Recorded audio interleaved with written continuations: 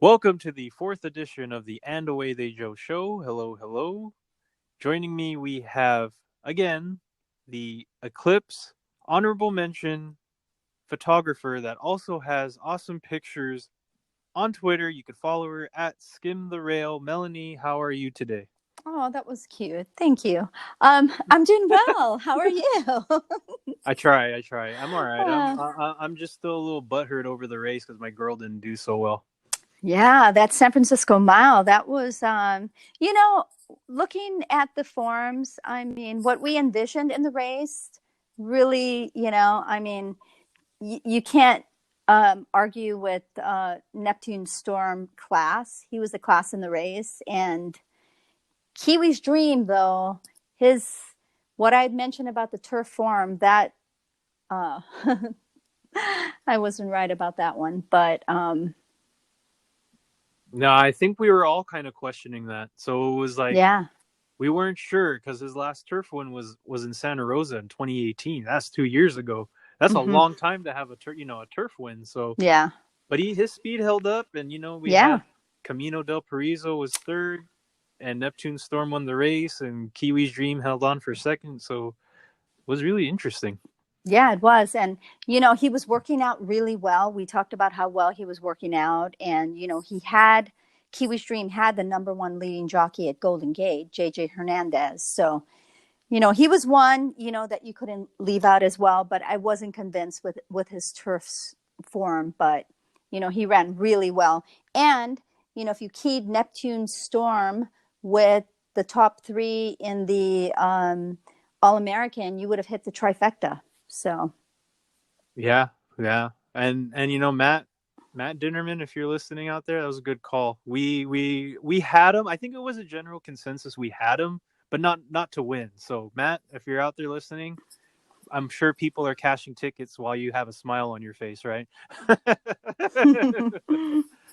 Later on in the program, we're gonna have CJ Johnsen. You can follow him on Twitter at CJ Thoroughbreds. We're gonna be talking about Flying Aletha, his horse that he has at Royal Ascot in the Albany Stakes, which is a Group 3 race.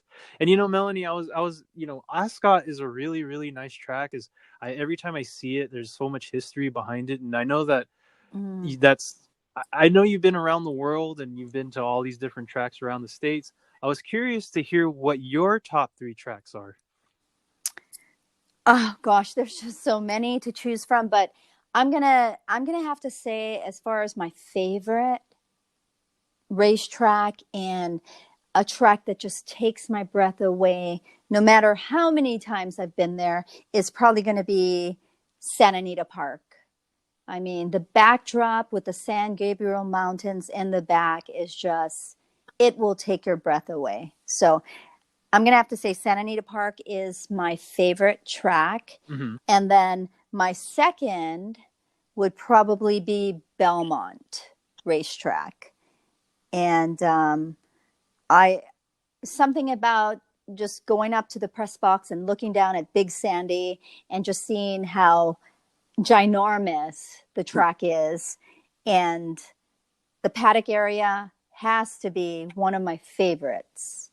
Oh, Throughout the United States, it's just my favorite with the Secretariat statue. It's just amazing. And then my third is probably going to have to be Del Mar. Del Mar. Del Mar Racetrack. Yeah, where the turf meets the surf. That's funny because that's my number one. Is it? Yeah, Del Is Mar is it? my number one, but I'm gonna go from the bottom to the top. But why do you like Del Mar?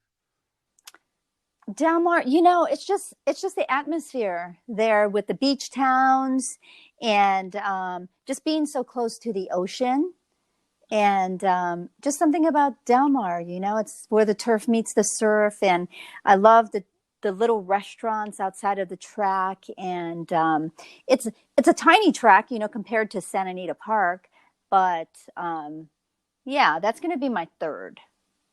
Yeah, and that's my first, but I'll go with my third. My third is going to be Lone Mm-hmm. Star Park. I just really like how Lone Star is. It's a relatively newer track compared to the other tracks that we have, but Mm-hmm. the Texas racing, I mean, I just love the area. Dallas Fort Worth area is really nice, and having a track there is really awesome. And it's weird because they also I don't know. I mean, in California we don't have it, so I think it's more foreign to me that you could go into a race book and bet races on a Monday and Tuesday, because that's, if you have nothing else to do on a Monday and Tuesday, you could go in there and have a drink and watch the races. It was actually pretty fun. Number two would actually be Keeneland.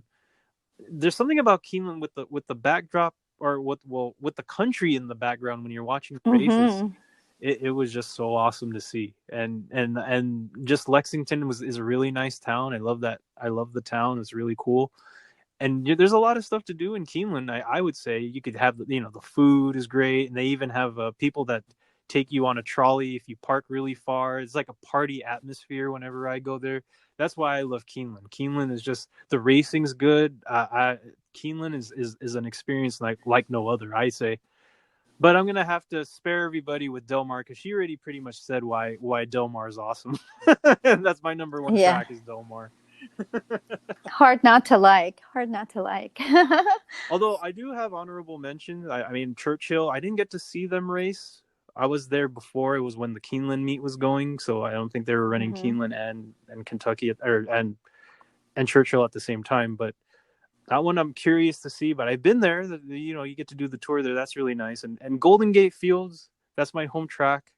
I kind of wish the track was facing the opposite way, because it's facing the freeway. It's not facing the Golden Gate Bridge and the ocean. So, I mean, Mm. they changed it so much within the years that it's now actually doesn't look like a dump track that it used to be. And I've been there when it was a dump track, and it's really nice. Golden Gate is nice. What are your honorable mentions? Probably, I'm gonna have to say Woodbine. I love Woodbine. The people in Woodbine is just amazing. Everyone's so friendly. I remember when I was up there in 2016, I didn't want to leave. I didn't want to leave Woodbine. I just wanted to stay there. It's a really, really nice track as well. Absolutely. Everywhere you turn, there's something horse racing on the walls, whether it's a mural or a picture. It's just, yeah, I love it there. That would be my honorable mention. And the airport's right there. So just in case Oh you yeah. lose, you could go home right away. Exactly, right? And now we're going to have CJ Johnsen. We're going to be talking about the Albany Stakes at Royal Ascot. So check that out. Joining me today, we have CJ Johnsen. You could follow him on Twitter at CJ Thoroughbreds. He also has Flying Aletha in the Albany Stakes at Royal Ascot. CJ, thanks for joining me today. No problem, Joe. I appreciate you having me, bud. With Flying Aletha, how did you come up with the name?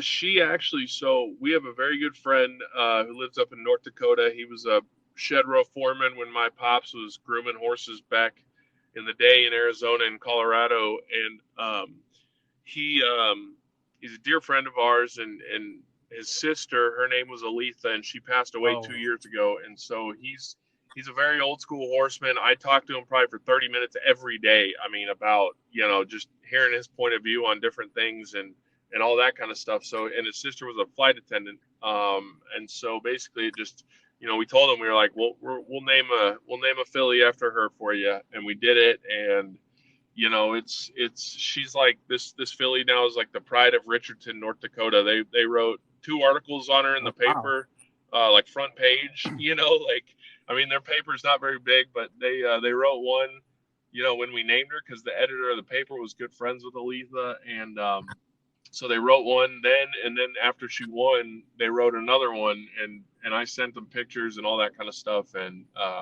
so yeah, Richardson, North Dakota is going to be tuned in Friday morning to NBC Sports to watch this. I can tell you that. Probably the whole town. Buick is on Aletha. Yeah. So that was, obviously Wesley Ward, Frankie Dettori's his first call, and unfortunately, John Gosden entered a filly in that race, so Frankie's got to ride her, and so that's okay. But William Buick was available, and so I don't know exactly how it all went down, because Wesley's not there. And honestly, I don't know over in Europe how the agent thing works and all that kind of stuff. But I mean, I think, when the guy's like first call for Godolphin, you probably can't go wrong with him, right? Yeah, especially he's like won a lot of he's like worldwide sensation. Won the Dubai World Cup. Yeah, so I mean, you'd like that Frankie, because Frankie's had success on American horses over there for him, but I think it'll be okay. I don't know, man. I've been nervous for the last, since this all happened. It's just been, it's wild. I mean, this is our second year trying to get a one to Ascot, and it stinks we can't go over there, but I should just be glad that we got one in. Yeah. Especially, I was looking at the Australian tote, and she's the favorite. Yeah, I hate being the favorite, man. It's like no pressure, but I don't know. We'll see how it goes. She's pretty nice, and I know she debuted on dirt and won big, but we always thought she was better on turf. So we'll just see how she handles, because she was working at Palm Meadows on the turf, and I guess that's better than Gulfstream on the turf, because that Gulfstream is like concrete. But I mean, so we'll just see how she handles kind of that kind of let's just hope there's like no more rain and it's more on the firm side. Oh, I see. Yeah. Because it's on Friday. Because she's a little different. Yeah. So I guess it was good to soft today or something like that. So I don't know. And she's got that No Nay Never we debuted recently. She just glides over turf. I mean, I have no doubt that she can handle it fine. And she actually was supposed to run the day after that Tisnow filly, but got a fever. Oh. And so we had to wait, and we debuted her last week. And yeah, of course she wins easy, and we could have had two going over there, but that it is what it is. But yeah, this Tisnow, her stride's a little different than the No Nay Never. She's more. I think she's kind of more powerful, and but just hopefully, she's a big filly, but she doesn't carry a lot of weight. So I think she'll be okay on it. And like with Aletha, is that your first? Is that your first horse over in Ascot, or your second? No, that's our first.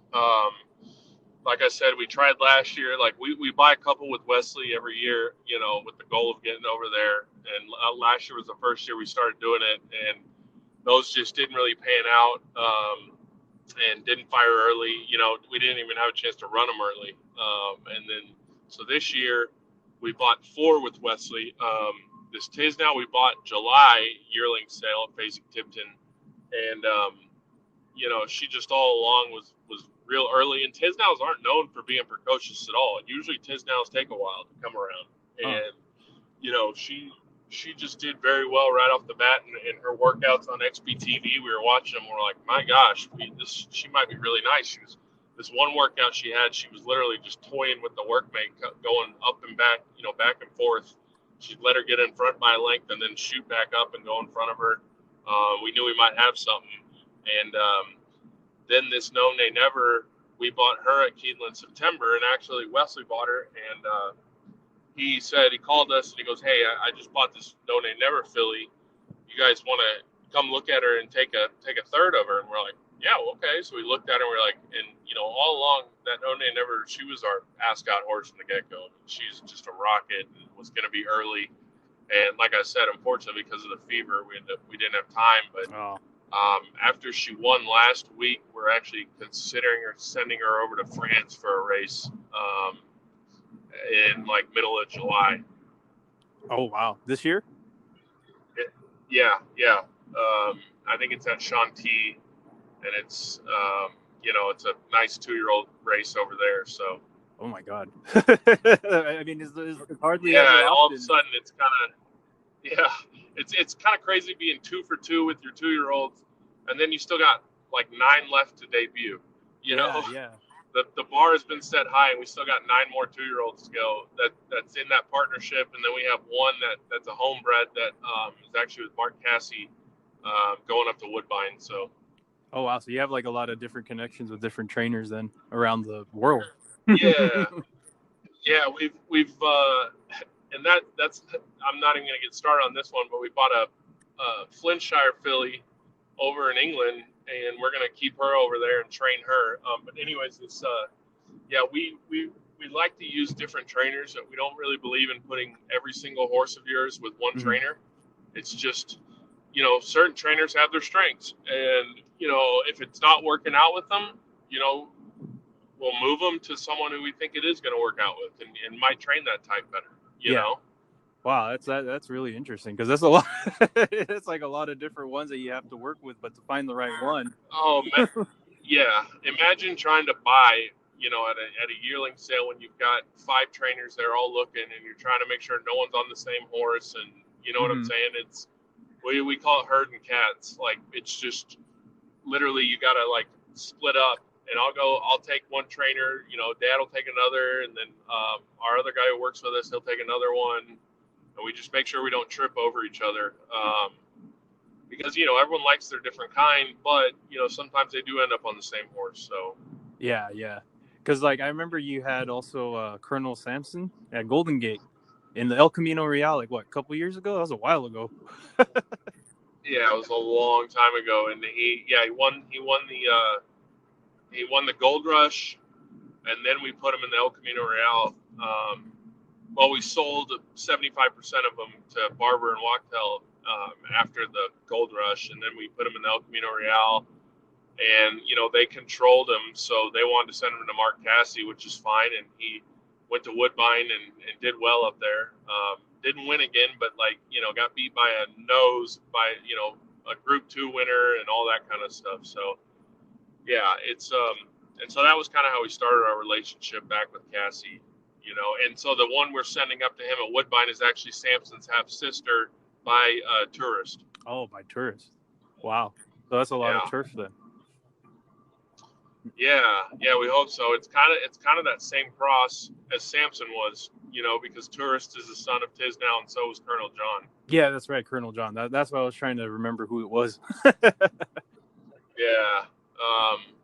And so Sampson was named after my son, and this one we named after my youngest daughter, and so a lot of pressure on her to do something. Yeah. Well, I'm looking forward to the race on Friday, because is that going to be your first group win in England? Well, that's your first horse in England, so it has to be, right? Yeah, it's going to be our first. It's going to be our first race in England. So, I mean, it's like 7:50 Central Time, which is my time. So I got to get up early. I think I got a tuxedo shirt and a fake top hat I'm going to wear for it. So. And then, what are your plans after? Do you know yet, or are you going to see how she runs first before you point her somewhere else? Yeah, definitely see how it goes, because I know Wesley sometimes has, had success or not had success, but thought that the horse might do well. I think last year he had Maven, and he scratched Maven out of a race at Ascot because I think the ground was soft. And what he did was he took him over to France and I think won that race that we were going to run it on the 19th. So, it kind of depends. Wesley is, we trust him. He's a very good horseman, and so he kind of understands, what level of competition all that kind of stuff is. Just, I mean, their horses over there, they're just stayers. I mean, they can run forever. Yeah. And so if we can get them early, and go short, we got a good shot. Yeah, and I think she drew a inside post too. I think it was like 3 or something like that. Yeah, 3 or 4, something like that. I've kind of been off the grid today, so I checked this morning, and again, all that stuff is new to me. I mean, I went to Ascot last year, but still, it's a little confusing. You know what I'm saying? So, because you got a number, but that's not your post. Oh yeah, that's right. Yeah. Isn't that right? I mean, yeah, because they draw it like in like international. So like in Australia, you get your horse number 1, but you get a different post. Yeah, you're my international guy. You understand that stuff. I always go to you or Candace Hare for anything international because I don't understand it. Yeah, it's a little different. Like when you're trying to handicap the race and stuff, like when you look at their form compared to ours, it's more in depth over there. They have like a million things when you're looking at it. It's all free. I mean, I know stuff here you have to pay, but over there it's like you could see the prices, the races, the replays, all that stuff. So it's good information. Yeah, so you're talking digitally, like on your computer or iPad or whatever. Because when we were at Ascot last year, man, I was struggling to handicap because the program it had nothing in it. Like, it was really bizarre. They would have like their last 3 races in comments, but none of it made sense to me. Yeah, their language is But that's probably England, different. you know. Yeah, it was wild, you know. I don't know. They've got their like form numbers and all that kind of stuff, and it's just I don't know. It's different to me. That's why I like anytime I can, download the PPs in American format. It makes it a lot easier. Yeah, because there's a lot of different things they have, like the how fast they're gonna go, like the miles per hour and all that stuff, and then where they're gonna Yeah. sit in the race, like the speed predictor. It's like there's so much information. I actually do better in Australia than I do here, which is funny. Oh, I'm sure, man. I'm sure. Yeah. One day when I got time, I'm gonna have you show me all that stuff, and because I'd love to play it. Because usually when I'm playing Australia, it's because I'm bored and I don't have anything like to go off of, and I'm picking numbers, just having fun. But you've won group, you've run graded stakes races before, right? Sally's won 2 grade 3s, and then my pops back in the day, he was a partner in Richland Hills Farm in Kentucky, and it's now Endeavor Farm. But when he was part of that, they won the Distaff at Aqueduct, and oh man, they won one at Saratoga. I can't remember if it was graded or not, but yeah. But that was before I was really involved, But yeah, so Sally was a multiple grade 3 winner now. She's won Hey, 2. if you win the Breeders' Cup filly and mare turf or sprint, sprint, right? Yeah, sprint. Are you gonna buy the Yeah. Dallas Stars? Oh my gosh, no! You know what? I don't even know if I'd have time to handle any of that. That stuff is just way above me. As much as I love my Stars, I don't think I'm qualified for that, man. But no, the good thing about this is though is it's a partnership, so we don't own that much of her. I mean, we manage her and we do own a good little chunk, but it's kind of everyone. It's I don't know. That's why a lot of people, they see our horses and they're like, God, you guys must have a ton of money. Well, no, we own a little chunk, but this is for our friends. I mean, we love doing it, and it's the camaraderie. Like, we go to the races and we have a blast. I mean, I'll never forget when she won the Chaluki at Churchill.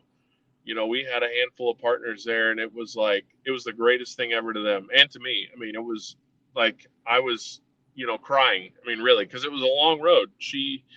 We didn't, that group, so she's 4 now. That group we bought 5 of them, and it took us,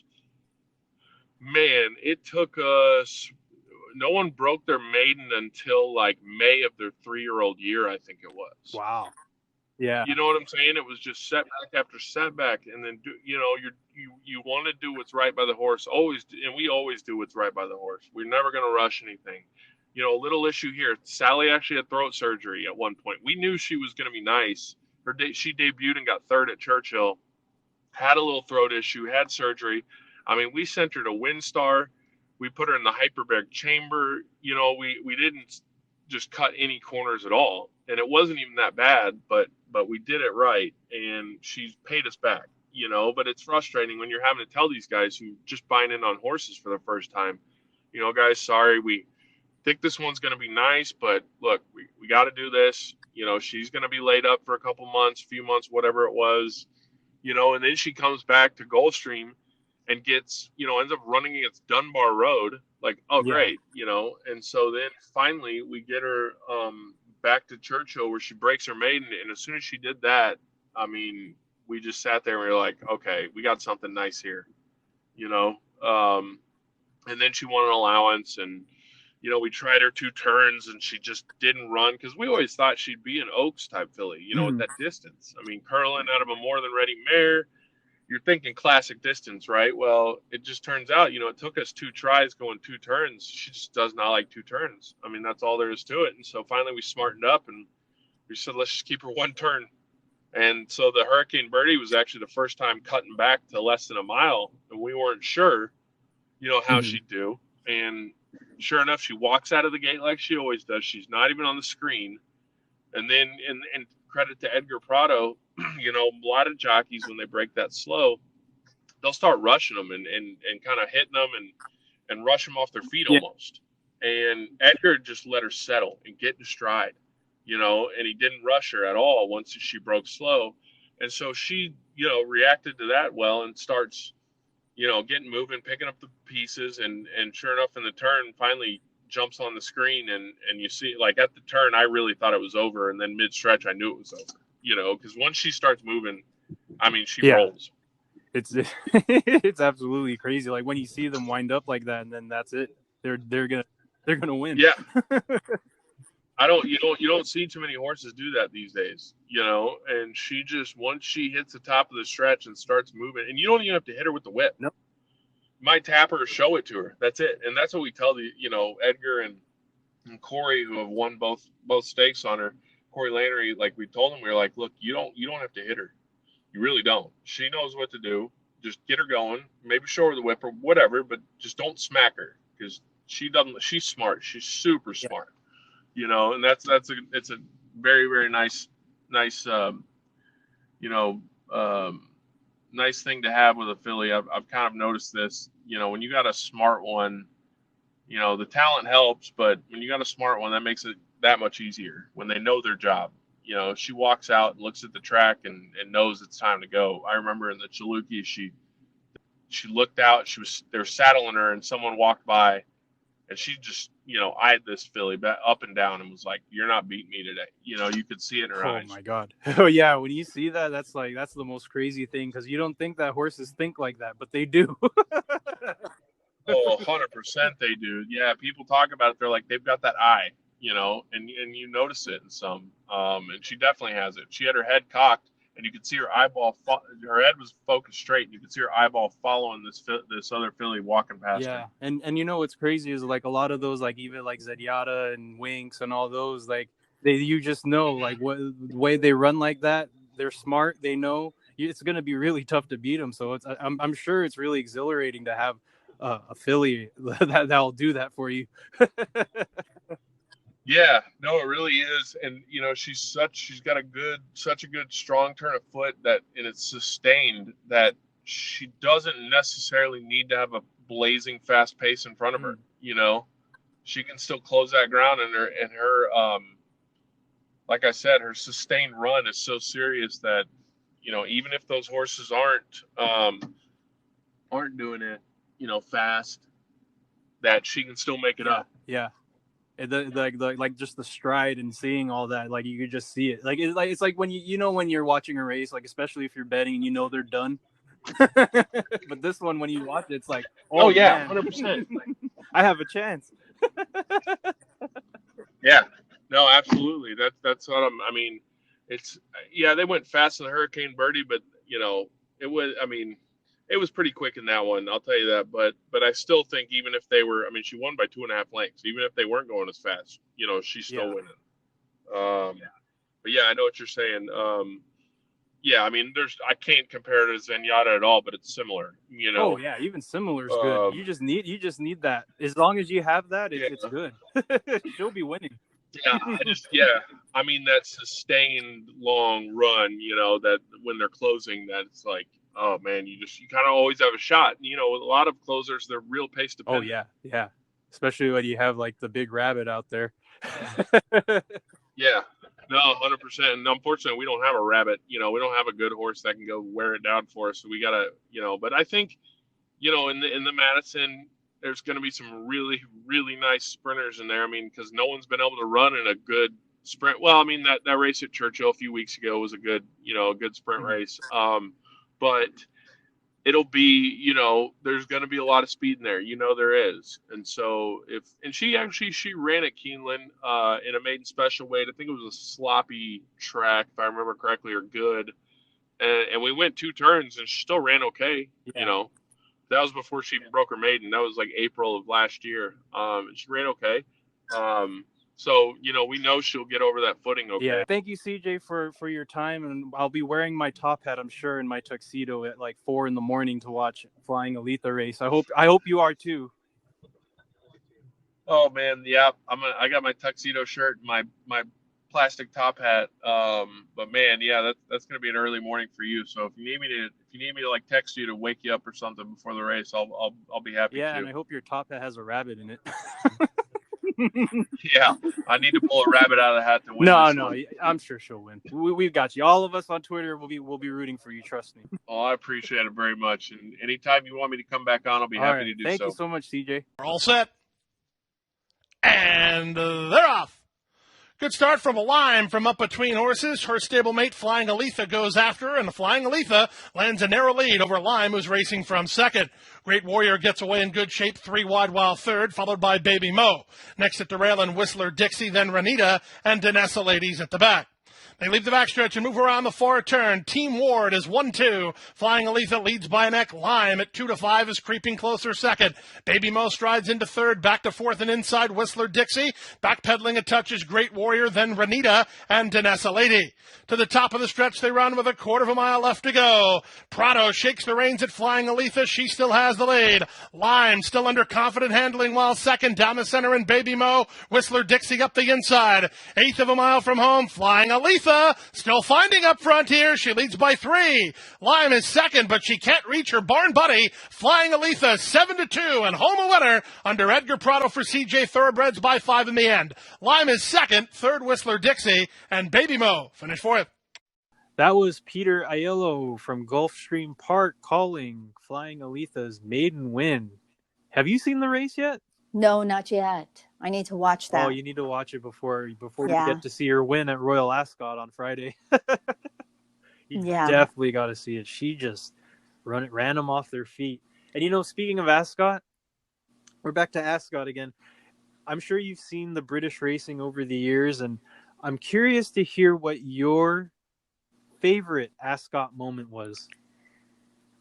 Oh gosh. I'm going to have to say my favorite Ascot moment was 2016 Queen Anne Stakes Tepin. Tepin's amazing win. That was incredible. Oh. There were questions on, whether she could run on the soft ground, and she was running without her usual nasal strip. Mm-hmm. And there was a lot of things stacked against her, but she was amazing. Brought it home for the USA. So I was jumping up and down. It was that's definitely one, if you want to see, if you were a big fan of Tepin, that's definitely a race to see, because Tepin was such an awesome horse, and she had so many fans here, especially on Twitter. It was just amazing to see her run like that against all the Queen's horses.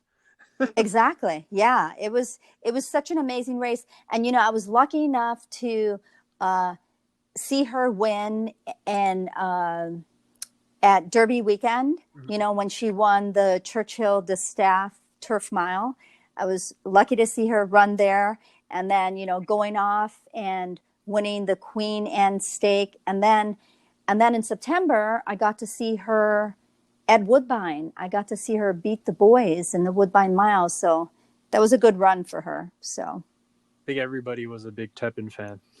Everybody loved her. How can you not be?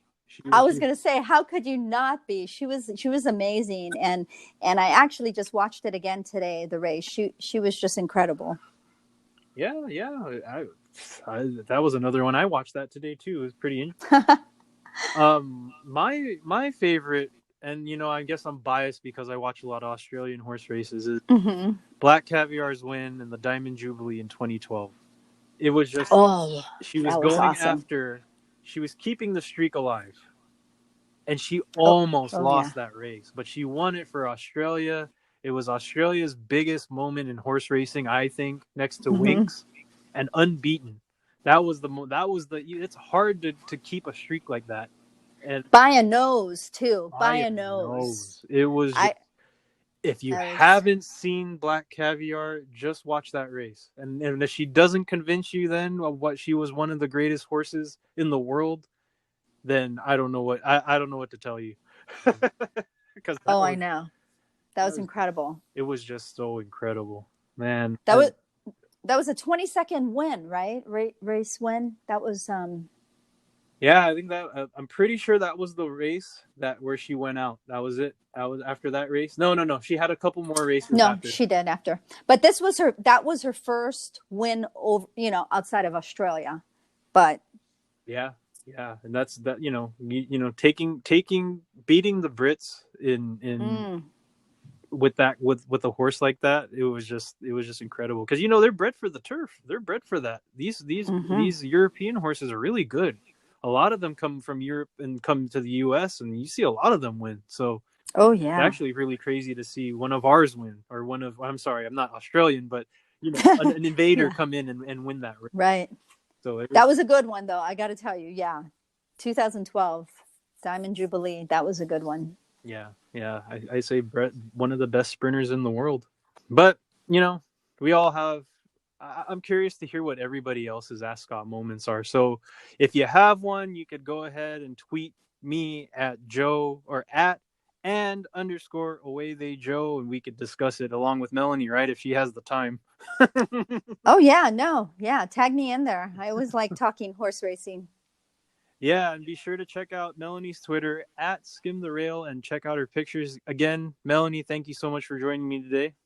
Oh, you're welcome. Always great talking about horse racing. So, And be sure to check out the channel, the And Away They Joe show.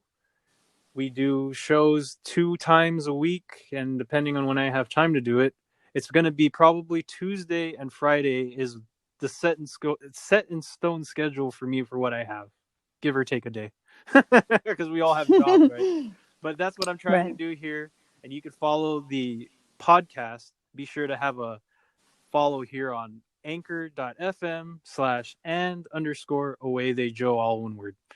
Again, thank you guys for joining me today. We're going to be talking Belmont Stakes. The Belmont Stakes is coming up on Saturday. So we have a big weekend ahead of us as far as racing goes. And I hope you guys will be tuning in. I'm sure you will, right, Melanie? Oh, definitely. Exciting weekend. Oh, yeah, most definitely. All right. And until then, you guys stay safe and make sure you have your hand sanitizer, your toilet paper, and everything else that we have to do during this pandemic. Have a good day. There you go.